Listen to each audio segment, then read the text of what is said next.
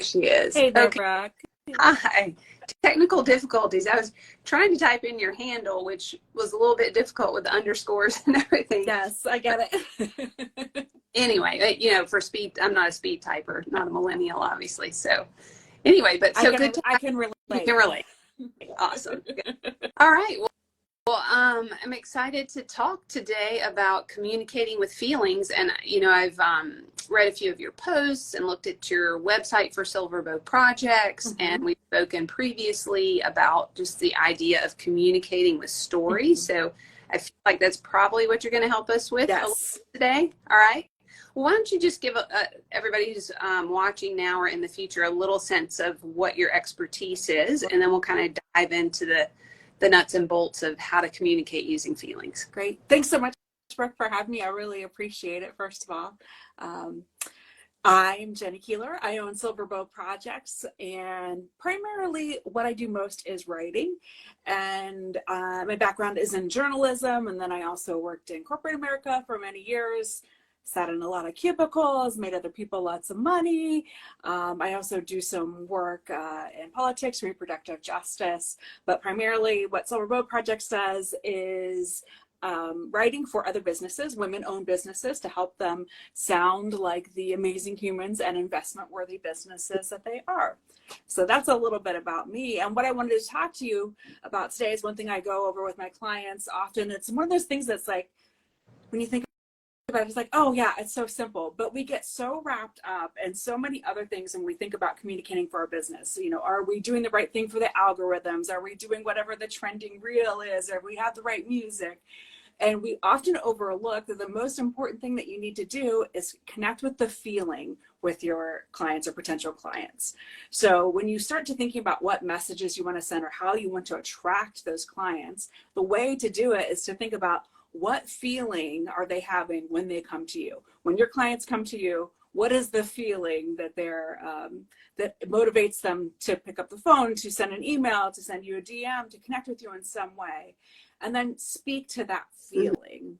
And some of the best advertisements out there do that really, really, really well. Mm-hmm. Yeah, I think that you had mentioned in a post a couple of stories, like ad stories with Snickers, I think was one. Yes, that's I think that is so effective, and everybody can relate to that commercial. So if you can think about the Snickers commercials, the different ones that were in a series talking about being hangry, everybody can identify with that feeling. And that is like what would motivate you to go pick up a Snickers is, gosh, I'm feeling really hungry, and not just hungry, but angry. Those two things together, and they really capitalize on that feeling of hangry, and they use story to communicate it so well. My favorite one was with Betty White, when she's they're playing like intramural football, and she's one of the players, and she's real cranky and makes some crass comments, and then they give her a Snickers, and then she turns back into pleasant, wonderful Betty White. And so just encapsulating that feeling so well, communicating that feeling was what made that a real hit. Mm-hmm. Yes, that makes total sense. And so, go ahead. Well, I was just thinking of relating that to us as women business owners, and particularly service-based businesses, thinking about what your clients come to you for. Like, they're probably not hungry, but unless that's probably a product that you're selling, service, if they're hungry, literally. Yeah. But they probably have some type of frustration, and they want to solve a particular problem in their maybe their business if you're B2B, or their personal lives if you're B2C. I don't know about you, but one of the most common ones that comes my way is, I just feel stuck. Mm-hmm. And so if you can connect to that feeling of, relating, like we've all felt stuck, or this is a situation that I felt stuck, or this is how I came over that feeling of getting stuck, then that really like calls your people in. They're like, oh yes, that's me, I feel stuck. And you're just like magnetizing those people to you. For me, with writing, a lot of people I use the example of staring at a blank screen with the blinking cursor. Everybody can identify with that feeling, like, oh, I just need somebody to help me with this, because I am tired of spending so much time staring at the blank screen with the blinking cursor at me. Yes. So that's one of the ways that you can do it with your business. And I'm sure, what is the feeling that folks come to you with most? Is it stuck? Is it something else? Yeah, I think stuck, but a little bit clearer than that would be that they feel like they're lacking consistency. So they're not completely stuck in what they know they want. They have a sense of like what they want to change. They probably need some clarity around that, and they don't quite realize it. They think they've got the goal set, but they're having trouble implementing, and they don't realize that what they've done is they've set a goal and they haven't created a system to reach that goal. That's where they feel like they don't have consistency. They don't have willpower. They don't have the ability to say no sometimes.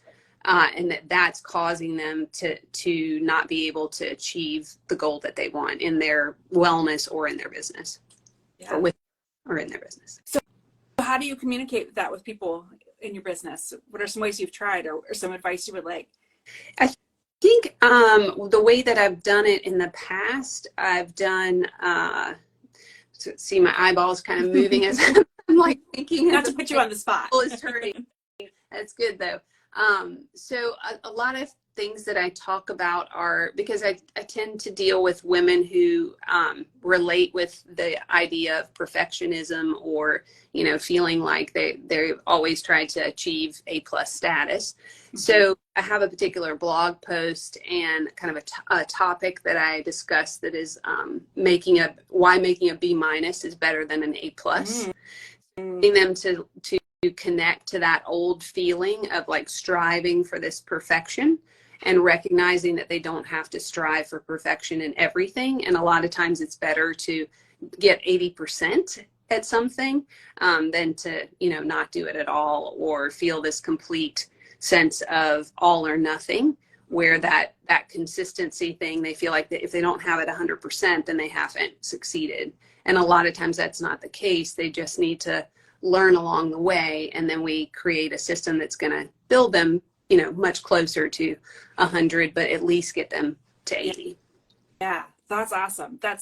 I'm glad that you brought up blog posts. That's a really effective way you can storytell in a little bit longer form than, on Instagram with a reel, or, a static post. A blog post is a really good way of doing that. And I try to always do that in my emails too. All of your emails, in my opinion, should be telling a story, whether it's a story about you or a story about your clients. The stories are how we've communicated, like from the dawn of time. And when you communicate in that way, that really lets the feelings bubble to the surface. So if you're doing that in blogs and emails, is particularly, I think it's a very effective strategy. My clients have a lot of success with that. That's nice.